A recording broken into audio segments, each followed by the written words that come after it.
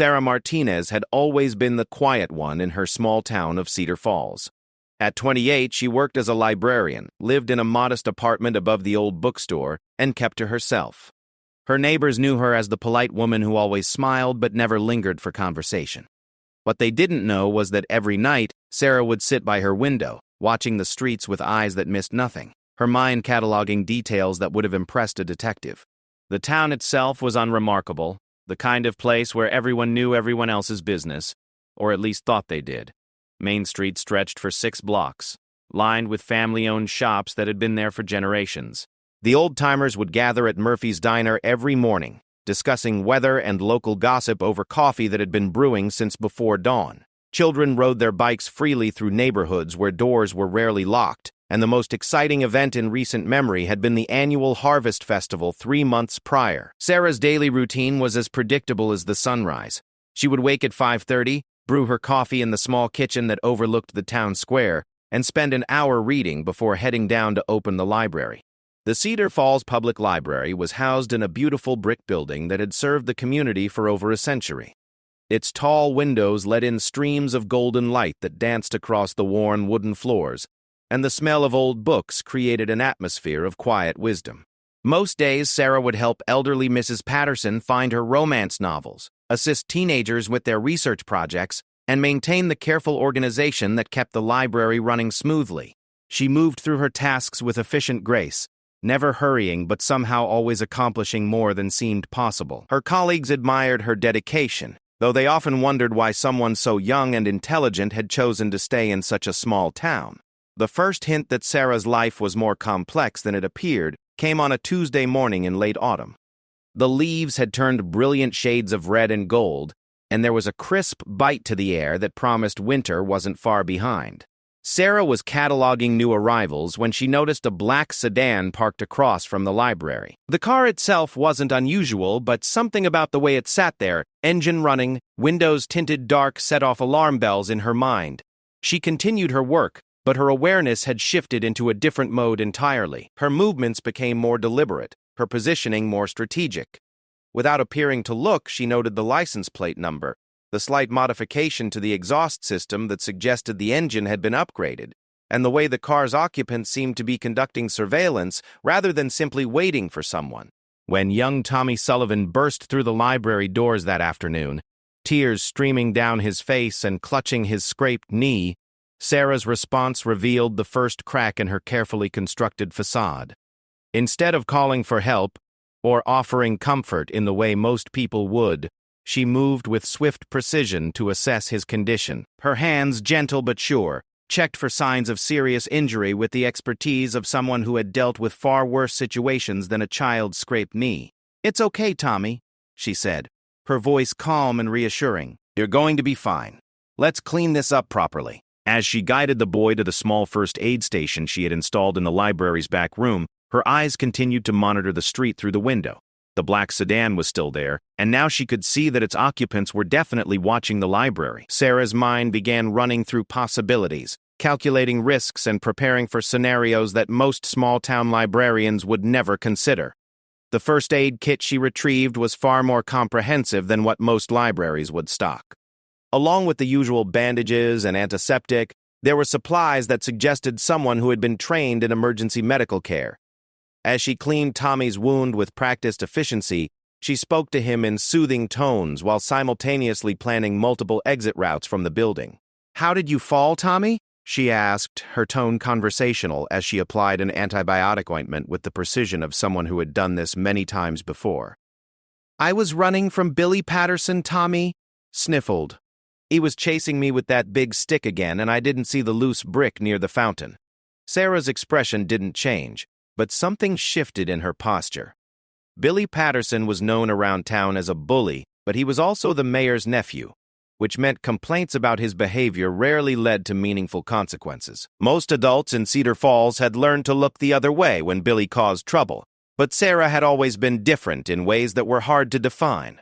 After sending Tommy home with a properly bandaged knee and a promise to tell his mother what had happened, Sarah locked the library and made her way home through back streets that most residents didn't even know existed. Her route took her past the old industrial district where abandoned warehouses cast long shadows in the fading daylight. It was here, hidden from the casual observer, that she had noticed several small details over the past few weeks that didn't quite fit the pattern of a sleepy small town.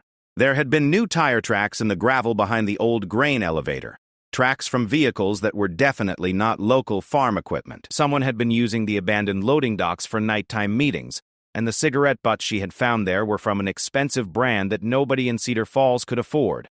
Most telling of all, there had been footprints in the soft earth that showed military-style boots, the kind worn by people who moved with purpose and discipline. Sarah's apartment was sparse but carefully arranged. To a casual visitor, it would appear to be the home of someone with simple tastes and a limited budget. The furniture was second-hand but well-maintained, the decorations were minimal but thoughtfully placed, and everything had the feel of a temporary arrangement rather than a permanent home. What visitors wouldn't notice were the strategic placement of mirrors that allowed her to observe all approaches to the building, the reinforced locks that were far stronger than they appeared, and the small modifications that had been made to create hidden storage spaces.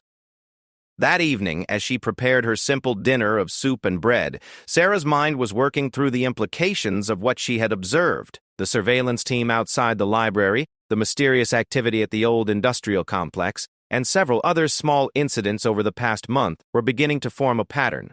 Someone was using Cedar Falls as a base of operations for something that definitely wasn't legal, and they had been very careful to avoid attracting attention from local law enforcement.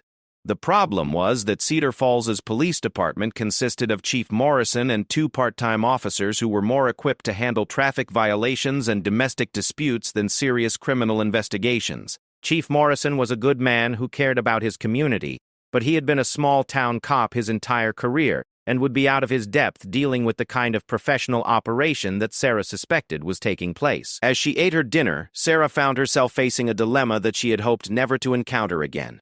Her life in Cedar Falls had been carefully constructed to be peaceful and anonymous, but that peace was being threatened by circumstances beyond her control. The surveillance team had been watching the library specifically, which meant they either suspected she wasn't what she appeared to be, or they were planning something that would directly affect her quiet life. After dinner, Sarah settled into her evening routine of reading by the window that overlooked Main Street. To anyone watching, she would appear to be a woman enjoying a quiet book before bed. In reality, she was conducting her own surveillance, noting the patterns of movement below and cataloging the subtle changes that indicated her town was no longer the safe haven she had believed it to be. The book in her hands was a romance novel that Mrs. Patterson had recommended, but Sarah's attention was divided between the story and the street below. She had positioned herself so that she could observe without being seen, and her trained eye caught details that would escape most people's notice. The way the streetlights cast shadows that could conceal movement, the timing of the local police patrol that followed the same predictable route every night, and the locations where someone could position surveillance equipment without being detected. As the hours passed and the town settled into sleep, Sarah began to see more clearly what she was dealing with. The black sedan made 2 more passes down Main Street, its occupants clearly conducting reconnaissance rather than simply driving through town. More concerning was the white panel van that parked for exactly 15 minutes in the alley behind the bank before moving on to the industrial district. The coordination and precision of these movements suggested a level of professionalism that was far beyond what she would expect from local criminals. By midnight, Sarah had made her decision. She couldn't simply ignore what was happening and hope it would go away. Too many innocent people in Cedar Falls could be hurt if she remained passive. But taking action would mean revealing capabilities and knowledge that she had spent 3 years hiding. It would mean acknowledging that her peaceful life as a small-town librarian had been built on a foundation of carefully constructed lies. Sarah closed her book and moved away from the window, but she didn't prepare for sleep. Instead, she went to her bedroom closet and moved aside the clothes that hung there to reveal a hidden panel in the back wall. Behind that panel was a space that contained items that definitely didn't belong to a librarian. There was an encrypted communication device that could reach contacts she hadn't spoken to in years, identity documents that would allow her to disappear completely if necessary, and equipment that revealed her true level of training and experience. For several long minutes, Sarah stared at these remnants of her former life, knowing that once she made contact with her old network, there would be no going back to her quiet existence in Cedar Falls. But as she thought about Tommy Sullivan's scraped knee and the way the boy had trusted her completely to take care of him, she knew she couldn't let whatever was happening in her town continue without intervention. The communication device activated with a soft beep that seemed impossibly loud in the quiet apartment. Sarah entered a series of codes that she had memorized but never expected to use again, and waited for the connection to establish. When it did, the voice on the other end was one she had hoped never to hear again, but which brought with it memories of a time when she had been someone very different from the woman Cedar Falls knew as their librarian. Black Viper, the voice said, using a code name that belonged to a part of her life she had thought was finished forever. We've been wondering when you would surface again. Sarah took a deep breath before responding, knowing that her next words would change everything. I need intelligence on current operations in my area. Someone is using my town as a staging ground, and I need to know what I'm dealing with. The silence that followed was filled with implications and unspoken questions. Sarah had been one of the most effective operatives her organization had ever trained, but she had walked away from that life 3 years ago under circumstances that had left some relationships strained. Her decision to resurface now would raise questions about her motives and her loyalty, questions that could complicate an already dangerous situation. Your area has been flagged for surveillance for the past 6 months, the voice finally said. There have been indications of arms trafficking through the region, but we haven't been able to identify the specific organization or their methods. What have you observed? As Sarah began to relay her observations, she felt herself slipping back into patterns of thought and speech that she had worked hard to leave behind. The careful analysis of tactical situations, the precise language of professional intelligence work, and the constant calculation of risks and possibilities all came flooding back as if she had never stopped being an operative. The conversation lasted for nearly an hour, with Sarah providing detailed intelligence about the suspicious activities she had observed and receiving background information about the broader investigation that had led to Cedar Falls being placed under surveillance. What she learned was troubling enough to confirm her worst fears about what was happening in her peaceful town. A sophisticated arms trafficking network had been using small communities throughout the region as temporary bases for their operations. They would move into a town, establish what appeared to be legitimate businesses, and use the location to coordinate shipments of weapons to various criminal organizations. The operation was so well organized that it had taken law enforcement agencies months to even realize what was happening, and by the time they identified a location, the traffickers had usually moved on to a new base of operations. Cedar Falls had been under observation because several indicators suggested it might be the network's current location, but the surveillance teams hadn't been able to confirm their suspicions or identify the specific individuals involved. Sarah's intelligence about the nighttime activities at the industrial district and the coordination of the surveillance vehicles provided the first concrete evidence that the traffickers were indeed operating from her town. We need you to maintain your cover and continue gathering intelligence, her contact said as the conversation drew to a close. A full team will be deployed to your area within 48 hours, but until then, you're our only asset in position. Sarah understood what was being asked of her, and she also understood the risks involved. Maintaining her cover while conducting surveillance on a dangerous criminal organization would require all of the skills she had spent years developing, but it would also mean living with the constant possibility of exposure. If the traffickers discovered that the quiet librarian was actually a trained operative, her life in Cedar Falls would be over in more ways than one. After ending the communication, Sarah carefully returned the device to its hiding place and began preparing for what she knew would be a very different kind of life than the one she had been living. The transformation from librarian to operative wouldn't happen overnight, but it would need to begin immediately if she was going to be effective in the dangerous game that was about to unfold in her small town. As dawn approached, Sarah finally allowed herself a few hours of sleep, but her dreams were filled with memories of missions she had thought were safely in the past and concerns about how much her peaceful life in Cedar Falls was about to change. When she woke, she would need to be the same friendly librarian that her neighbors expected to see, while simultaneously beginning one of the most dangerous assignments of her career. The next morning brought an unseasonable fog that rolled through Cedar Falls like a gray blanket, muffling sounds and creating an atmosphere of uncertainty that seemed to match Sarah's mood perfectly. She went through her usual morning routine, but every movement was now calculated with a purpose beyond simple daily maintenance. The coffee she brewed was stronger than usual, knowing she would need enhanced alertness for the challenges ahead. The clothes she selected were chosen for their practicality and the ease with which they would allow movement if quick action became necessary. Walking to the library through the fog-shrouded streets, Sarah noticed details that would have escaped her attention just days before. The way the mist clung to certain buildings suggested airflow patterns that could affect sound transmission and visibility. The footprints in the damp sidewalks told stories of who had been moving through town during the early morning hours, and some of those prints belonged to people who clearly weren't local residents taking their usual routes to work. The library felt different that morning, though nothing had physically changed. Sarah moved through her opening routine with the same efficiency as always, but now she was also conducting a subtle security assessment of the building. She noted the sightlines from various windows, identified potential escape routes that wouldn't be obvious to casual observers, and began mentally cataloging which areas of the library would provide the best cover if a dangerous situation developed. Mrs. Patterson arrived shortly after 9 o'clock, as she had every Tuesday morning for the past 15 years. She was carrying her usual canvas tote bag and wearing the kind of cheerful smile that had made her beloved by everyone in Cedar Falls. As Sarah helped her locate the newest romance novels, she found herself wondering how many of the town's residents would become inadvertent casualties if the arms trafficking operation escalated into violence. "You seem a bit distracted this morning, dear," Mrs. Patterson observed as they walked between the book stacks. "Is everything all right?" Sarah realized that despite her years of training, the stress of returning to active duty was affecting her more than she had expected. "Just thinking about some changes that might be coming to the library," she said, which was true enough in its own way. Nothing to worry about.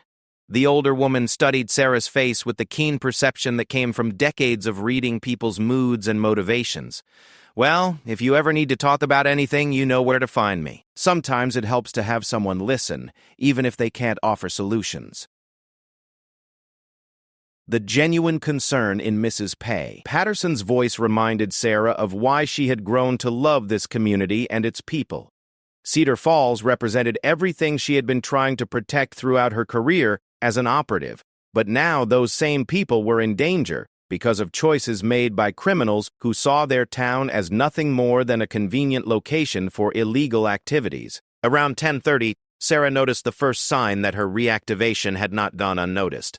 A man she had never seen before entered the library and spent several minutes browsing the periodicals section while occasionally glancing in her direction. He was trying to appear casual, but his scanning pattern was too systematic and his positioning too strategic for someone who was genuinely interested in magazines. More concerning was the way he moved, with a controlled grace that suggested military or law enforcement training. Sarah continued with her daily tasks while monitoring the stranger's behavior through her peripheral vision.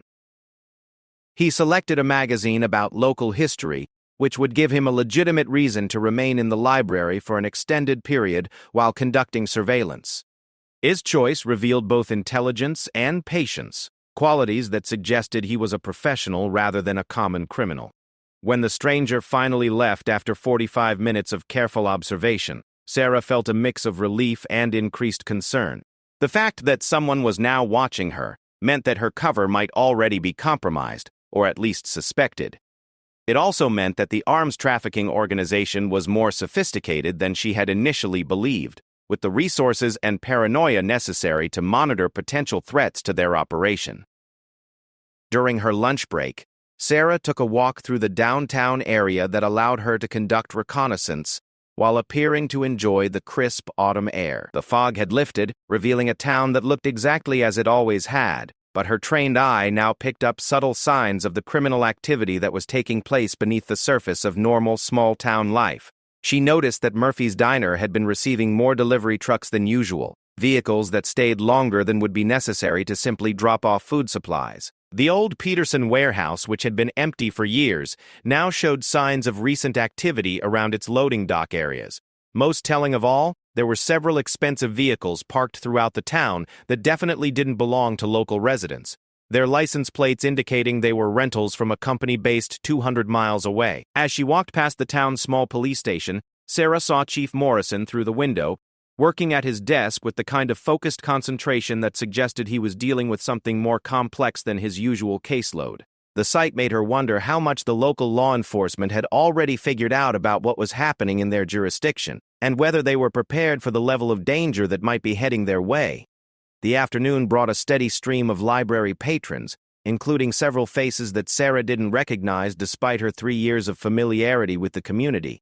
Some of these strangers were clearly trying too hard to blend in, asking questions about local history and geography that seemed designed to gather intelligence rather than satisfy genuine curiosity. Sarah answered their questions helpfully while mentally noting their appearance and behavior patterns for later analysis.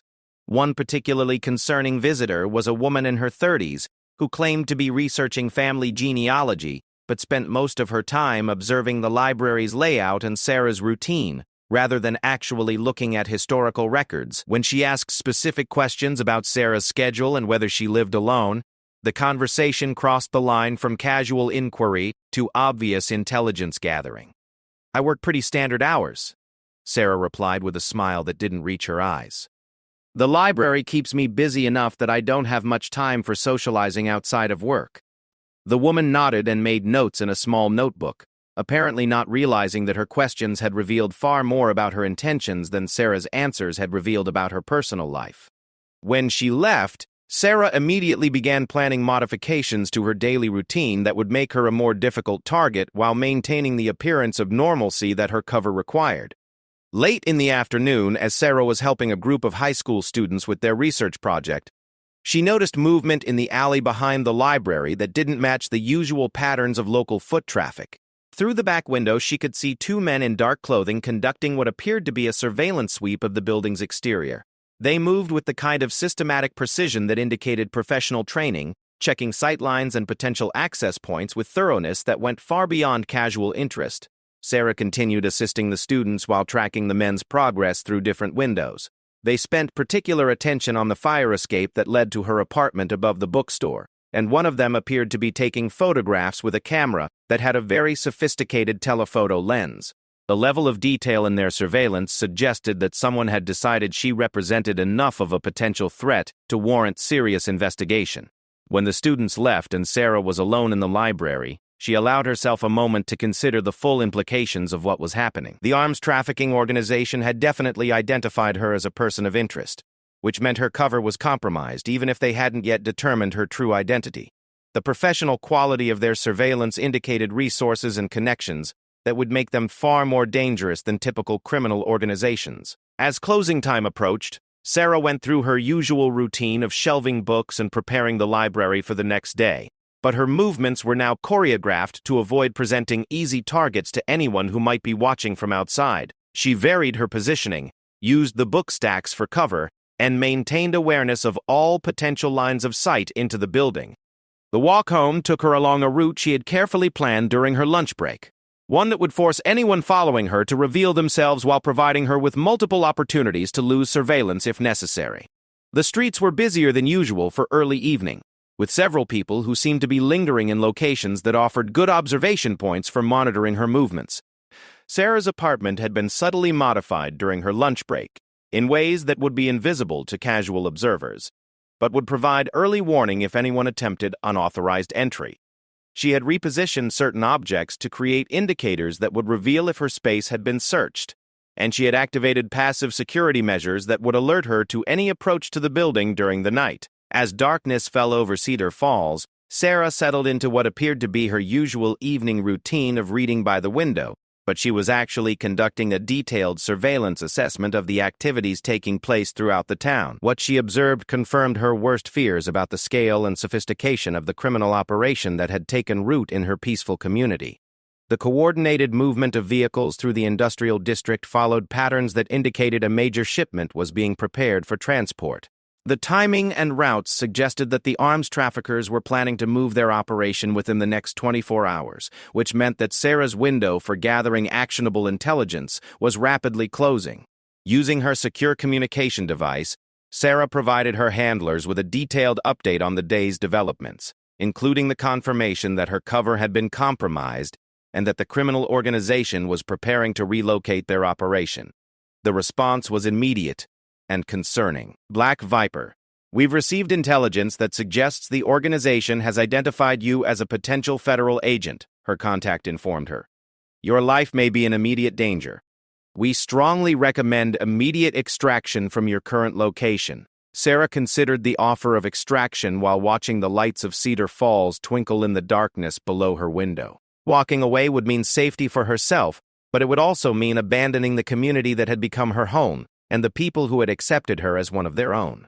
More importantly, it would mean allowing dangerous criminals to escape justice while potentially leaving the residents of Cedar Falls to face retaliation for her presence in their town. Negative on the extraction, she replied after a long pause. I'm staying to complete the mission. These people deserve protection, and I'm the only asset currently in position to provide it. The silence that followed her decision was filled with unspoken arguments and concerns. But Sarah's contact understood her well enough to know that her mind was made up. Very well, Black Viper. A tactical team will be in position by tomorrow evening.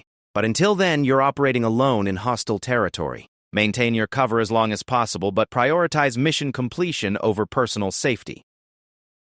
After ending the communication, Sarah began preparing for what she knew would be the most dangerous night of her 3 years in Cedar Falls. The criminal organization would likely make their move under cover of darkness, and she would need to be ready to gather the intelligence necessary to stop them, while avoiding the surveillance teams that were certainly watching her every move. She changed into dark clothing that would allow her to move unseen through the shadows, while carrying equipment that would enable her to document whatever criminal activities she might observe. The transformation from librarian to operative was complete, but she carried with her the knowledge that after tonight her quiet life in Cedar Falls would be over forever. As midnight approached, Sarah slipped out of her apartment through a route she had prepared for exactly this kind of situation. The streets were empty except for the occasional patrol car and the surveillance teams that she could sense rather than see.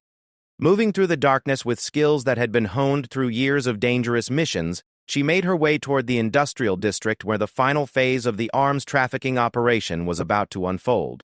The woman who had spent 3 years shelving books and helping children with scraped knees was about to become Black Viper once again, and Cedar Falls was about to discover that their quiet librarian had secrets that would change everything they thought they knew about the person who had been living among them. The industrial district of Cedar Falls transformed completely after midnight, revealing its true purpose as the hub of a sophisticated criminal operation that had been hiding in plain sight for months. Sarah moved through the shadows between abandoned warehouses, her senses heightened to a level of awareness that she hadn't experienced since her last active mission 3 years ago. Every sound carried meaning. Every shift in the wind could indicate approaching danger, and every pool of darkness could conceal either opportunity or threat. The old Peterson warehouse, which she had identified earlier as showing signs of recent activity, was now alive with carefully controlled movement. Trucks with modified exhaust systems that reduced engine noise were backing up to loading docks that had been equipped with new hydraulic systems designed to handle heavy cargo efficiently. Men in dark clothing moved between the vehicles and the building with the kind of coordination that spoke of extensive planning and military-style discipline. Sarah positioned herself in an abandoned grain silo that provided an elevated vantage point overlooking the entire operation while keeping her concealed from the security teams she could see patrolling the perimeter. Through a compact telescope that she had retrieved from her hidden equipment cache, she began documenting the faces, license plates, and operational procedures that would provide law enforcement with the evidence needed to dismantle the entire trafficking network. What she observed was more extensive than she had feared. The warehouse contained enough military-grade weapons to supply a small army, with crates marked in languages that indicated international connections spanning multiple continents. The organization wasn't just moving weapons through Cedar Falls. They were using the town as a major distribution center for arms that would eventually reach conflicts and criminal enterprises around the world. The sophistication of the operation was evident in every detail. The trucks were equipped with hidden compartments that could conceal weapons from all but the most thorough inspections. The workers moved with the efficiency of people who had done this many times before, and their communication was conducted through hand signals and encrypted radio systems that indicated extensive training in operational security. As Sarah documented the criminal activity, she became aware that she was not the only observer in the area. Moving carefully through the industrial complex were at least 3 other surveillance teams, their presence revealed by subtle sounds and the occasional reflection of starlight off optical equipment. The realization that multiple parties were watching the arms trafficking operation added another layer of complexity to an already dangerous situation. One of the surveillance teams was positioned in a way that suggested they were law enforcement, probably federal agents who had been tracking the trafficking network for months. Their equipment and positioning indicated professional training and official backing, which meant that Sarah's intelligence about the operation had reached the right people and prompted an official response. The other surveillance teams were more concerning. Their positioning and behavior suggested they were either rival criminal organizations planning to steal the weapons shipment, or they were security teams working for the traffickers themselves. Either possibility meant that the night was likely to become violent before it was over. Around 1 o'clock, Sarah noticed movement in the direction of her own apartment building that made her blood run cold. A team of 3 men in tactical gear was approaching the building where she lived, moving with the kind of systematic precision that indicated they were planning an armed assault. The realization that her cover had been completely blown and that the criminals were now actively hunting her added urgency to her mission to gather enough evidence to stop their operation. Using her secure communication device, Sarah transmitted the intelligence she had gathered while simultaneously alerting her handlers to the immediate threat to her own safety. The response was swift and decisive. Black Viper, we have teams moving to your location, but they won't arrive for another 6 hours. You are authorized to take any action necessary to protect yourself and to prevent the weapons shipment from leaving your area. Rules of engagement are weapons-free if you encounter direct threats. The authorization to use lethal force was both a relief and a burden. Sarah had hoped that her return to active duty would involve intelligence gathering rather than direct action, but the escalating situation was forcing her back into the role of a combat operative, whether she wanted it or not.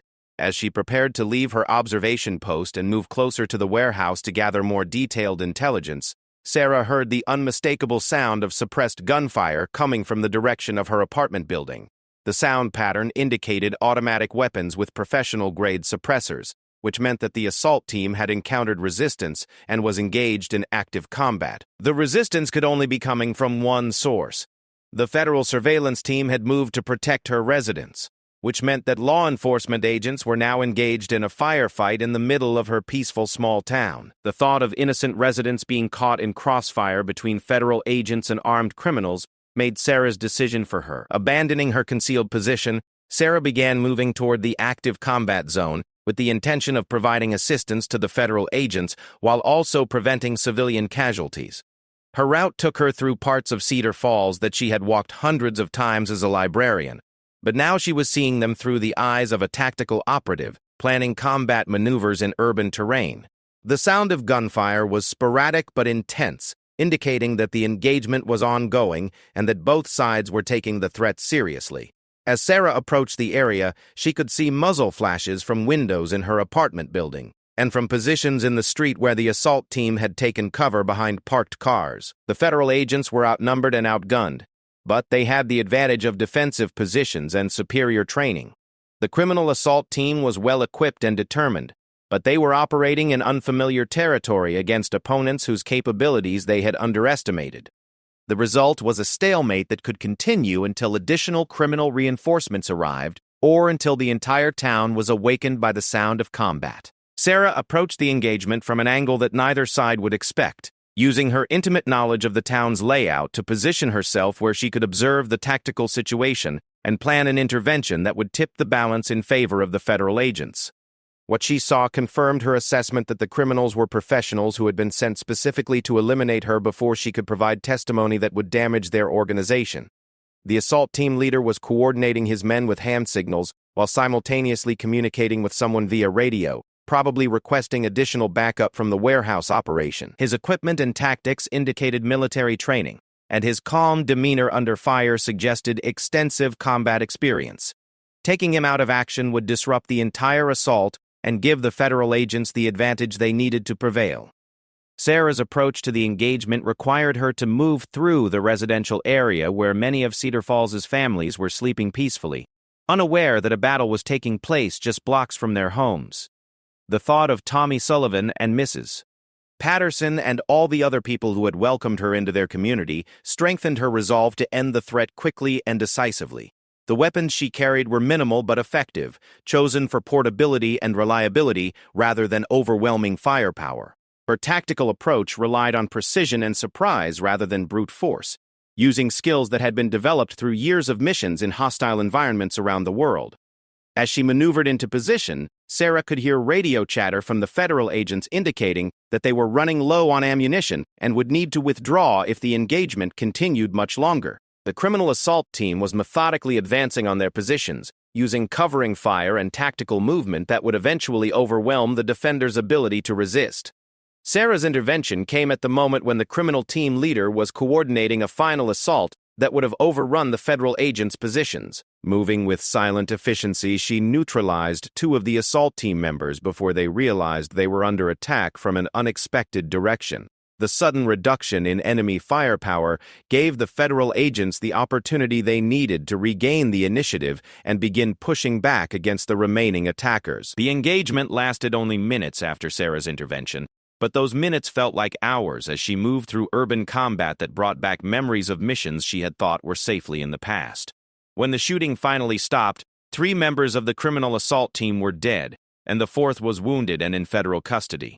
The federal agents who had been defending her apartment were experienced professionals who had worked with military operatives before, but they were clearly surprised to discover that their backup had come from someone they had assumed was a civilian librarian. The team leader, a woman in her 40s, with the kind of calm competence that marked veteran law enforcement, approached Sarah with a mixture of gratitude and curiosity. "I'm Agent Jennifer Walsh, FBI," she said, offering a handshake that acknowledged Sarah as an equal rather than a civilian who had stumbled into a dangerous situation. "I'm guessing you're the asset our intelligence division has been working with, though your file didn't mention anything about tactical capabilities."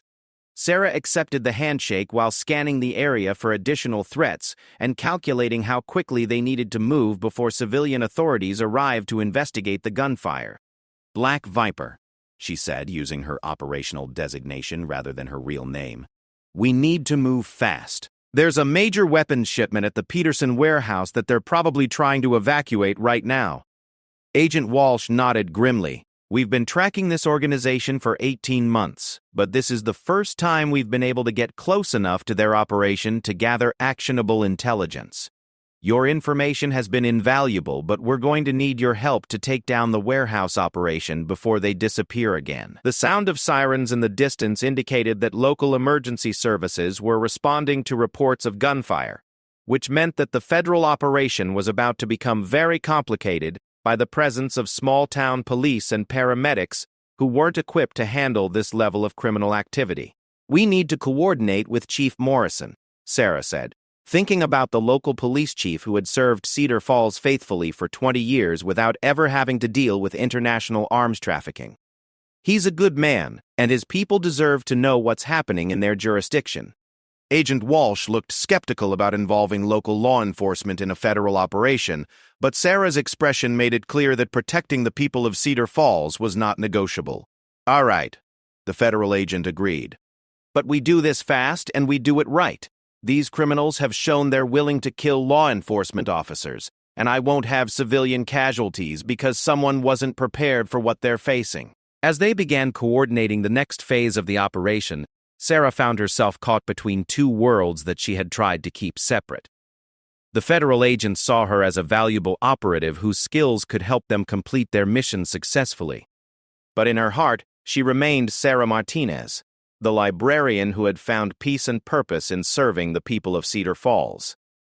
The warehouse operation was still active when they arrived at the industrial district, but the criminals were clearly accelerating their timeline in response to the failed assault on Sarah's apartment. Trucks were being loaded with desperate efficiency, and additional security teams had been deployed around the perimeter to prevent exactly the kind of intervention that was now approaching. The final confrontation was about to begin, and Sarah knew that after tonight, nothing in Cedar Falls would ever be the same again. The quiet life she had built was ending, but perhaps she could ensure that the community that had given her so much would be safe from the violence that had followed her there. The assault on the Peterson warehouse required coordination between federal agents who had been tracking the arms trafficking network for months and a former operative who knew every inch of Cedar Falls but hadn't conducted a tactical operation in 3 years. Sarah found herself in the uncomfortable position of being both an asset and a liability, valuable for her intelligence and local knowledge but potentially compromised by emotional attachments that could affect her judgment in critical moments.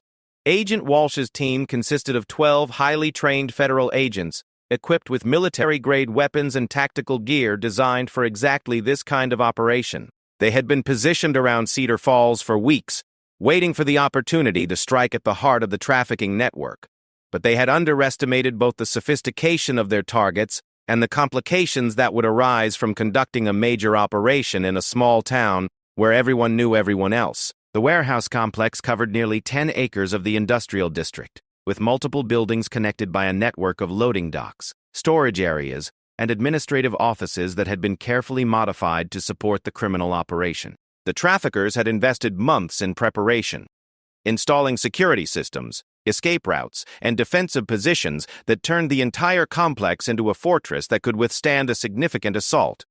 Sarah's knowledge of the area proved invaluable as the federal team planned their approach. She knew about the old storm drain system that ran beneath the industrial district, providing access routes that wouldn't appear on any official maps. She understood the sight lines between buildings and the acoustic properties that would affect communication and coordination. Most importantly, she could predict how the criminals would attempt to escape once they realized they were under attack. The initial surveillance revealed that the trafficking organization had at least 20 armed personnel defending the warehouse complex, with additional security teams positioned throughout the surrounding area. Their equipment included military-grade weapons, armored vehicles, and communication systems that indicated substantial financial backing and professional training. This wasn't a typical criminal enterprise that could be overwhelmed by superior numbers. It was a military-style operation that would require careful planning and flawless execution to defeat. "They've got escape routes planned through the residential district," Sarah told Agent Walsh as they studied the tactical map. "If we push too hard from the front, they'll scatter into the neighborhoods where civilians could get hurt. We need to bottle them up inside the complex and force a decisive engagement on our terms." Agent Walsh nodded, recognizing the tactical wisdom in Sarah's assessment even as she wondered about the training that had provided a librarian with such sophisticated understanding of combat operations. "What do you recommend for our approach?" Sarah pointed to several locations on the map where federal agents could position themselves to control the criminals' escape routes while minimizing the risk to civilian areas. "We set up containment positions here, here, and here," she said, indicating choke points that would funnel any escaping criminals into areas where they could be safely apprehended. "Then we use the storm drain access to insert a small team directly into the warehouse complex while the main force creates a distraction from the primary entrance."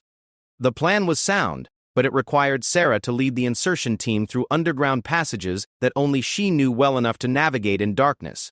Agent Walsh was reluctant to place so much responsibility on someone who wasn't officially part of the federal operation, but she also recognized that Sarah's unique combination of local knowledge and tactical expertise made her irreplaceable for this particular mission. "I'm going with you," Agent Walsh decided. "If we're doing this, we do it together."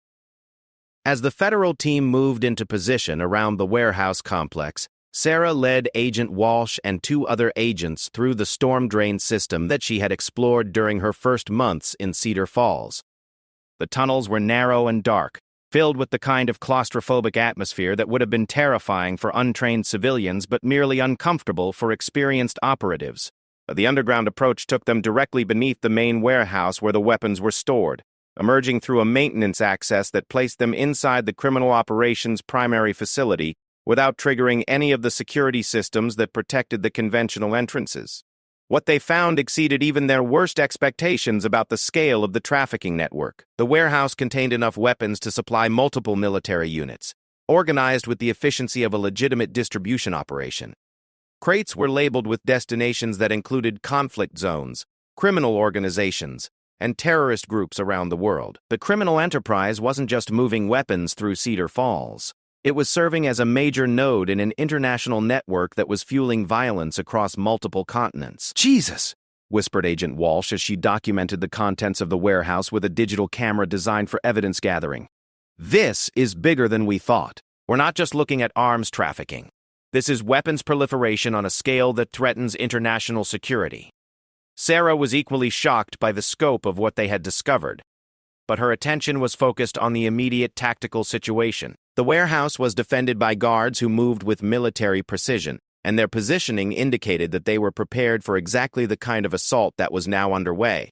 More concerning was the evidence that the criminals were accelerating their evacuation timeline, with workers already beginning to load the most valuable weapons onto trucks for immediate transport.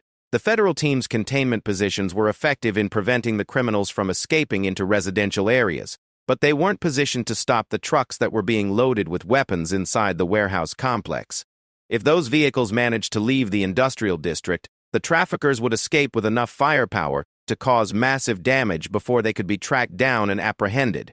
"We need to disable those trucks before they can leave," Sarah told Agent Walsh as they observed the loading operation from their concealed position inside the warehouse.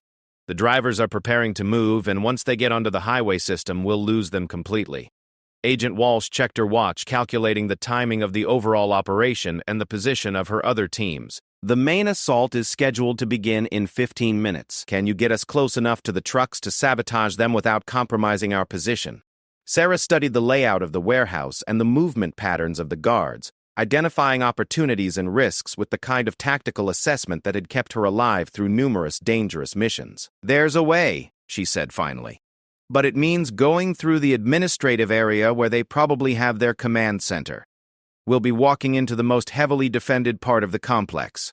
The administrative area was located in a converted office building attached to the main warehouse, its windows darkened and its entrances guarded by men with automatic weapons and military-style equipment.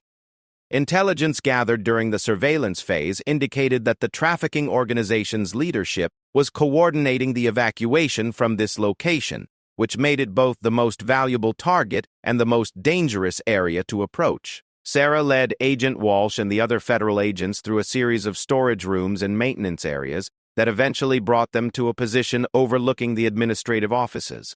What they saw confirmed that they had found the heart of the criminal operation, but it also revealed complications that would make their mission far more difficult than anticipated. The trafficking organization's leadership included individuals who had clearly been trained in military and intelligence operations, their behavior and equipment indicating professional experience that went far beyond typical criminal activity. They were coordinating the evacuation with calm efficiency despite the knowledge that federal agents were positioned around their facility, suggesting confidence in their ability to escape even under adverse conditions. "We're dealing with professionals," Agent Walsh observed quietly as she studied the criminal leadership through compact binoculars. "These aren't typical arms dealers. They're operating like a military unit with intelligence support." Sarah recognized the tactical implications of what they were facing. The criminal organization's professional competence meant that the planned assault would encounter more sophisticated resistance than the federal team had prepared for, potentially resulting in casualties among the agents who were relying on outdated intelligence about their opponent's capabilities. "We need to warn the assault teams," Sarah said, reaching for her communication equipment. "They're walking into a much more dangerous situation than they expect." Before she could establish communication with the other federal agents, the warehouse erupted in activity as security alarms began sounding throughout the complex. The criminals had detected the presence of law enforcement personnel in the area, either through electronic surveillance or through reports from their perimeter guards. The element of surprise was lost, and the operation was about to become a direct confrontation between two professional military-style forces. All teams, we are compromised," Agent Walsh broadcast over the tactical radio network. "Criminal organization is alerted to our presence and is implementing defensive measures. Adjust your approach accordingly and prepare for armed resistance." The response from the other federal teams indicated that they were already encountering increased security measures throughout the warehouse complex. The criminals were activating prepared defensive positions, calling in additional personnel, and accelerating their evacuation timeline in response to the perceived threat. Sarah found herself caught in the middle of a developing battle that would determine whether months of federal investigation would result in the capture of a major international trafficking network, or whether dangerous criminals would escape to continue fueling violence around the world. Her decision to stay in Cedar Falls and fight rather than accept extraction, was about to be tested in the most direct way possible. The sound of gunfire erupted from multiple locations throughout the warehouse complex as federal agents encountered criminal security teams in firefights that echoed through the industrial district like thunder. The battle for Cedar Falls had begun, and Sarah knew that the next few hours would determine not only the success of the federal operation, but also the safety of every innocent person in the town she had grown to love. As she prepared to move deeper into the Criminal Operations Command Center, Sarah reflected on the journey that had brought her from a quiet librarian to an operative once again engaged in life-or-death combat.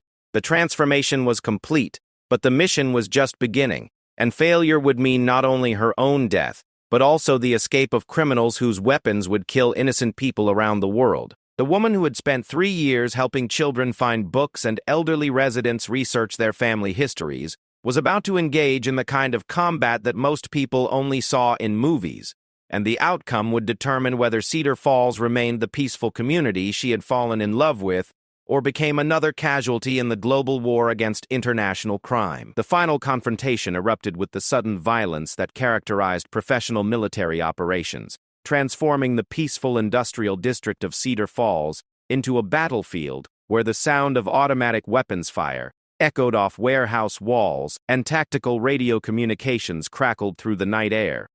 Sarah found herself at the center of an engagement that would be remembered as one of the most significant federal law enforcement operations in the region's history. Agent Walsh's team moved through the administrative complex with the precision of experienced operators, but they were facing criminals whose preparation and equipment rivaled anything they had encountered in their federal careers. The trafficking organization's leadership had anticipated law enforcement intervention and had prepared defensive positions that turned every corridor into a potential killing zone. Sarah's intimate knowledge of the building layout, combined with skills that had been honed through years of similar operations around the world, proved invaluable as the federal team advanced toward the command center where the criminal leadership was coordinating their escape. She guided Agent Walsh and the other agents through routes that avoided the most heavily defended choke points while positioning them to strike at the heart of the criminal operation. The breakthrough came when Sarah identified a vulnerability in the criminals' defensive plan that stemmed from their unfamiliarity with the building's original construction. Hidden behind a false wall was a maintenance passage that connected directly to the command center, providing access that the traffickers hadn't anticipated when they established their security perimeter. "There," Sarah whispered, indicating a section of wall that appeared identical to the rest of the corridor, but which her exploration of the building had revealed to be concealing an access route. "That leads directly to their central operations area." Agent Walsh studied the wall panel with professional skepticism, but Sarah's track record throughout the night had established her credibility beyond question. "How do we access it without alerting everyone in the building?" Sarah produced a small tool from her equipment kit and began working on the wall panel with the kind of practiced efficiency that revealed extensive training in covert entry techniques. Within minutes, she had opened an access route that would allow the federal team to approach the criminal command center from an angle that their security hadn't anticipated. The passage was narrow and dark, requiring the agents to move in single file through a space that would have been claustrophobic under normal circumstances and was terrifying during active combat operations. But it delivered them to a position directly adjacent to the room where the trafficking organization's leadership was attempting to coordinate an evacuation that would allow them to escape with their most valuable personnel and equipment. Through a ventilation grate, the federal agents could observe the criminal command center and assess both the threats they would face and the opportunities available for capturing the trafficking network's leadership. What they saw was a sophisticated operation run by individuals whose professional competence was evident in every aspect of their emergency response to the federal assault. The criminal leadership included a man in his 50s, whose bearing and communication style indicated extensive military experience, probably special forces training that had been acquired through legitimate service before being applied to illegal enterprises. He was coordinating defensive positions throughout the warehouse complex while simultaneously managing the evacuation of personnel and equipment through routes that had been planned well in advance of any law enforcement intervention. Colonel Marcus Reeves. Agent Walsh identified quietly, recognizing the man from federal intelligence files. Former Army Special Forces dishonorably discharged 8 years ago for arms dealing in Afghanistan. He's been on our wanted list for international weapons trafficking, but this is the first time we've been able to locate him. Sarah studied Reeves through the ventilation grate, noting details about his equipment, positioning, and behavior that would be crucial for planning their approach to capturing him alive. His value as a source of intelligence about the international trafficking network made his capture far more important than simply stopping the immediate threat to Cedar Falls. "He's got an escape route planned through the loading dock area," Sarah observed, tracking Reeves's positioning, and the way he maintained visual contact with specific exits from the command center. "But he won't abandon his people unless he absolutely has to. His military background won't let him leave his subordinates behind." Agent Walsh recognized the tactical insight in Sarah's assessment and began planning an approach that would exploit Reeves' reluctance to abandon his personnel while preventing him from escaping through the routes he had prepared. "If we can capture or neutralize his key lieutenants, he'll stay to try to extract them rather than saving himself." The plan required precise timing and coordination with the federal teams that were engaged in firefights throughout the warehouse complex. Sarah would create a distraction that would draw Reeves's attention while Agent Walsh positioned herself to cut off his escape routes. The other federal agents would target his subordinates in a coordinated action designed to capture the entire criminal leadership simultaneously. As Sarah prepared to implement the plan, she reflected on the transformation she had undergone since receiving her first indication that criminal activity was taking place in Cedar Falls. The quiet librarian who had been helping Tommy Sullivan with his scraped knee just days earlier was about to engage in direct combat with one of the most dangerous arms traffickers in the international criminal community. The engagement began when Sarah created a controlled explosion in an adjacent storage area that drew the attention of Reeves and his security teams while providing cover for Agent Walsh's movement into position. The sound of the explosion was immediately followed by the crash of tactical teams entering the command center through multiple access points simultaneously. Reeves' response revealed both his military training and his criminal cunning. Instead of attempting immediate escape, he activated defensive measures that had been built into the command center specifically for this kind of situation. Steel barriers dropped to seal the primary entrances while his security teams took up prepared positions that turned the room into a fortress.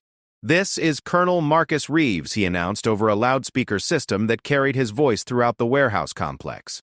"I am prepared to negotiate the safe withdrawal of my personnel in exchange for valuable intelligence about international arms trafficking networks that your government has been unable to penetrate." Agent Walsh's response was immediate and uncompromising. "Colonel Reeves, this is Special Agent Jennifer Walsh, Federal Bureau of Investigation. You are surrounded by federal agents and have no viable escape routes. Surrender immediately and order your personnel to lay down their weapons." The standoff that followed lasted for nearly an hour, with Reeves attempting to negotiate terms that would allow him and his key personnel to escape prosecution in exchange for information about other criminal organizations. His position was strong enough that he could maintain the stalemate indefinitely, but Agent Walsh knew that prolonging the engagement increased the risk to federal agents and potentially to civilian residents of Cedar Falls. The breakthrough came when Sarah identified a weakness in Reeves' defensive position that stemmed from his reliance on electronic surveillance systems. The building's original electrical infrastructure had vulnerabilities that could be exploited to disrupt the criminals' communication and security systems without affecting the federal agents' tactical equipment. "I can cut power to their systems without affecting our gear," Sarah told Agent Walsh during a brief pause in the negotiations. "It will only last for a few minutes, but it should be enough to breach their defenses." Agent Walsh approved the plan, and Sarah moved through maintenance passages to access the building's electrical system. Her sabotage was precisely timed to coordinate with a final assault by the federal teams positioned throughout the command center area. When the lights went out and the criminals' electronic systems failed, the federal agents moved with tactical precision that reflected months of preparation for exactly this moment. Reeves and his remaining personnel were overwhelmed before they could adapt to the sudden change in their tactical situation. The capture of Colonel Marcus Reeves marked the end of the armed resistance, but it was only the beginning of an investigation that would eventually dismantle an international trafficking network responsible for supplying weapons to criminal and terrorist organizations around the world. Sarah's intelligence gathering and tactical support had been instrumental in the success of an operation that law enforcement agencies had been pursuing for years. As dawn broke over Cedar Falls, the town began awakening to the reality that their quiet community, had been the site of one of the most significant federal law enforcement operations in recent memory. The industrial district was secured by federal agents processing evidence that filled multiple warehouses, while the residential areas remained peaceful and largely unaware of the battle that had raged through the night. Sarah stood in the town square as the sun rose, still wearing tactical gear but already beginning the mental transition back to civilian life. Agent Walsh approached her with the kind of respectful demeanor reserved for professionals who had proven themselves under the most demanding circumstances. "The Bureau would like to offer you a position," Agent Walsh said, extending an invitation that would have provided Sarah with legitimate cover for her operational capabilities while serving her country in official capacity. "Your performance tonight was exceptional, and there are missions that could benefit from your unique combination of skills." Sarah considered the offer while watching Cedar Falls come to life in the morning light. Mrs. Patterson was walking toward the library with her usual canvas bag, probably planning to select new romance novels. Tommy Sullivan was riding his bike down Main Street, his scraped knee healing properly thanks to her careful first aid. The people of Cedar Falls were continuing their normal lives, protected from dangers they would never fully understand. "Thank you," Sarah said finally, "but I think I'll stay here. This community needs a librarian, and I found that I need this community more than I realized." Agent Walsh nodded with understanding. "The offer remains open if you change your mind, and if you ever need anything, you know how to reach us." As the federal agents completed their operations and began leaving Cedar Falls, Sarah walked back to the library that had been her sanctuary for 3 years. The building was undamaged, her books were exactly where she had left them, and her quiet life was waiting for her to reclaim it. But she was no longer the same person who had arrived in Cedar Falls seeking peace and anonymity. The events of the past week had revealed that even in the most peaceful communities, there was a need for people who were willing to stand between innocent civilians and those who would harm them.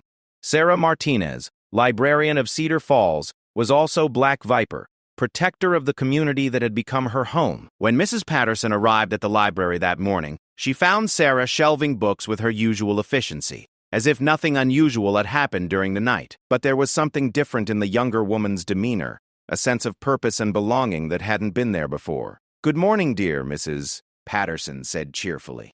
"I heard there was some excitement in the industrial district last night. I hope it didn't disturb your sleep." Sarah smiled, the first genuinely relaxed expression she had worn in days. "Nothing I couldn't handle, Mrs. Patterson. Nothing I couldn't handle." The moment they realized who she was had passed, but Sarah Martinez remained exactly where she belonged, serving the community of Cedar Falls as both their librarian and their guardian, ready to face whatever challenges might threaten the peaceful life they all deserved.